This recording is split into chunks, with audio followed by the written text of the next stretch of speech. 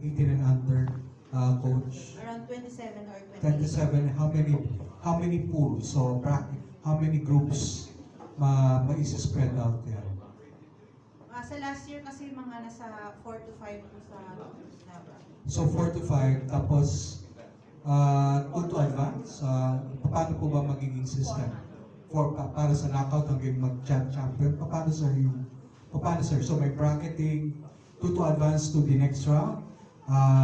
From there on, parang knockout system na yan.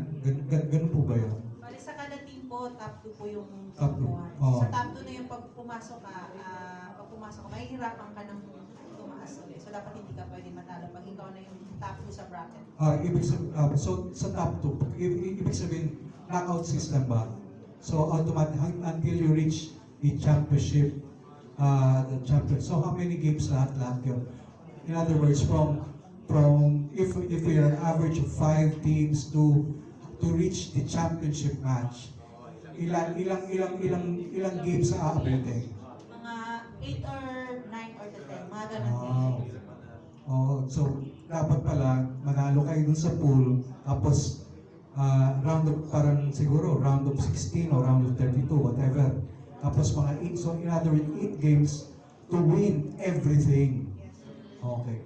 So ano ang, kasi with each team, may mga may pitch, malakas sa pitching, malakas sa hitting. Coach, how would you describe this team of yours that you have assembled to retain the championship? O paano mag-describe itong team mo to? Ano ba to? May depth pa to sa pitching, may depth pa to sa hitting, special sa defense, etc. How would you describe this team, ma'am? Sa ngayon po kasi, yung team namin ngayon ay meron kaming dalawang pitcher. Malakas po sila. Malakas po yung variation ng bola nila. Pareho ba silang left-handed, right-handed? Ano ba sila? Yung isa po left-handed. Okay. May variety. So, yung sa paluan naman po, masasabi ko po na sa team ngayon, mas malakas po ang mga paluan nila. Galing po silang palaro. And some of the player is... Kapalaros lang daw. Sa lawang. Naglaro po yun sa Asia qualifying. Okay. 18 under din last year. And yung iba din po ng World Cup po nung itong taon. So, ilan ang carry over nyo from the previous game? Is this a new team or meron pang mga carry over from the champion May team? natira po tayong 3 player po. But the rest po, gumraduate na in college na po sila. Okay. So, babalik tayo dun sa tanong niya, ni Sir Randy. Sino-sino, since kumbaga may markado kayo dahil kayo yung defending champion, sino ang traditionally yung malalakas na teams na pwede yung throughout, from what state or from what country?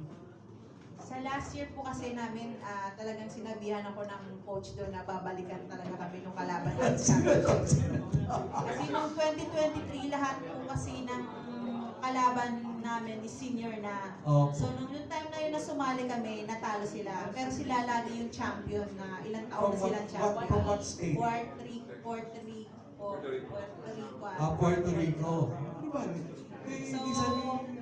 Nung nakita niya uli ako 2024, sabi niya, tinalo mo, babalikan kita. Kasi yung player ngayon nila 2024 is bago lahat. Sabi niya, babalikan kita next week. No, talo sa akin. Kasi tinalo mo lahat ng team ko. Ganun nasabi ng coach ko. Talagang pinantaan niya ako. Sige sir, marami po salamat. Balikan kita at tatalunin kita ulit. Question?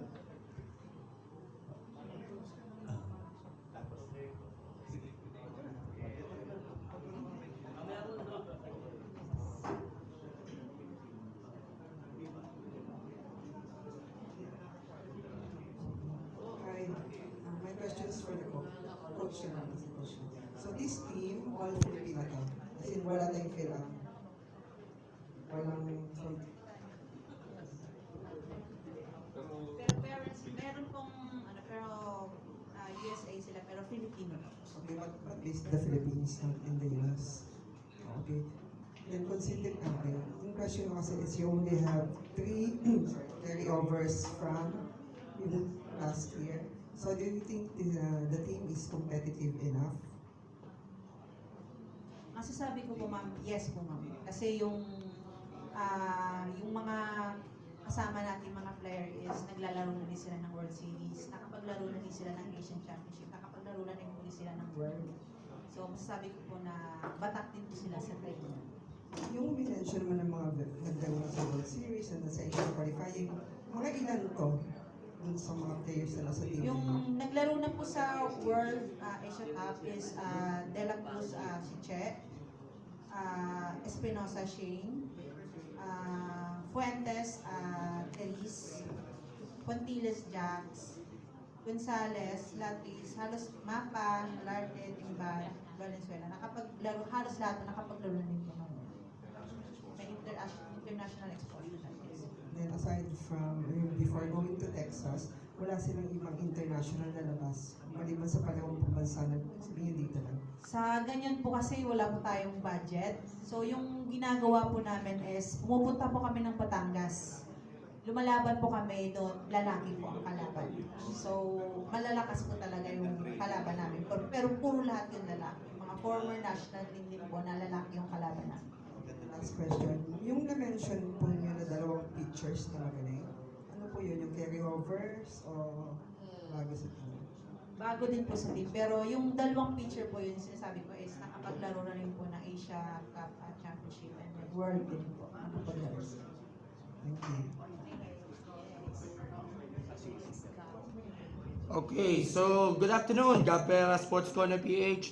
Kay Councilor Che, with your long-time commitment niya sa pagkakaroon ng grassroots program when it comes sa softball, dahil nakadalawang championship ngayon ang ating Team Manila Softball sa ating international stage, mukhang tuloy-tuloy naman ang pagbibigay ng commitment. Of course, with the support niya ng ating Yorme Isko and of course, yung ating bagong pinuno ng Manila Sports Council para to make sure na, of course, mas marami tayong mga Manileñong softball athletes ang makikinabang sa grassroots program, Councilor.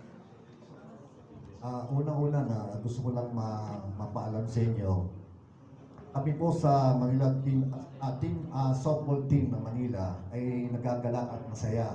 Kasi ngayon po yung aalis na national team natin na softball, 11 po doon sa membro ay galing po sa Manila softball team. Dalawang coaches, andun po si Coach Ana. Galing po sa atin yan sa Manila softball si Coach Ana bago talagang naging head coach ng team. Isa pa si natatandaan ko si pitching coach sa Anthony Howe. Saka siyam na players ng national team, one way or another, dito po membro at nagaro sa Team Manila Softball. Kaya kami nagaganap. Okay, sa team manager and sa coach, considering nga you're aiming for a triple crown para dito sa softball, mataas ba ang moral ng ating mga players natin dahil sa kabilangan ng masamang panahon, tuloy-tuloy pa rin nga ang training at na-ensayuhan nyo rin pala yung iba't ibang mga competitions, pati yung pakakalaban yung mga boys counterparts. I'll start with the team manager. Yes po. With regards to the moral of the team, medyo excited na po sila since most of them are first-timers. Pero hindi sila bago. First-timers sila dun sa tournaments, sa poly, pero hindi sila bago sa sports. The softball. They've been competing dun sa mga paliga, sa mga probinsya, competing with men. And they're doing good. They're doing great. Okay, coach. Sabi ko po na malakas yung moral nila kasi po kapag kakalaban po nila yung lalaki, hindi po sila na-intimidate. Minsan po natatalo namin yung lalaki. So isa din po yung way na mataas po yung moral nila kasi hindi po kasi bilis ng pitcher ng lalaki yung pitch ng babae. Last question. Yun sa strength and conditioning ba, nutrition, and of course, other aspects na psychology, may mga tumulong ba para to make sure na yung ating mga players natin na ipapadala natin ay siguradong 100% ready po sila para sa competition? Salamat po.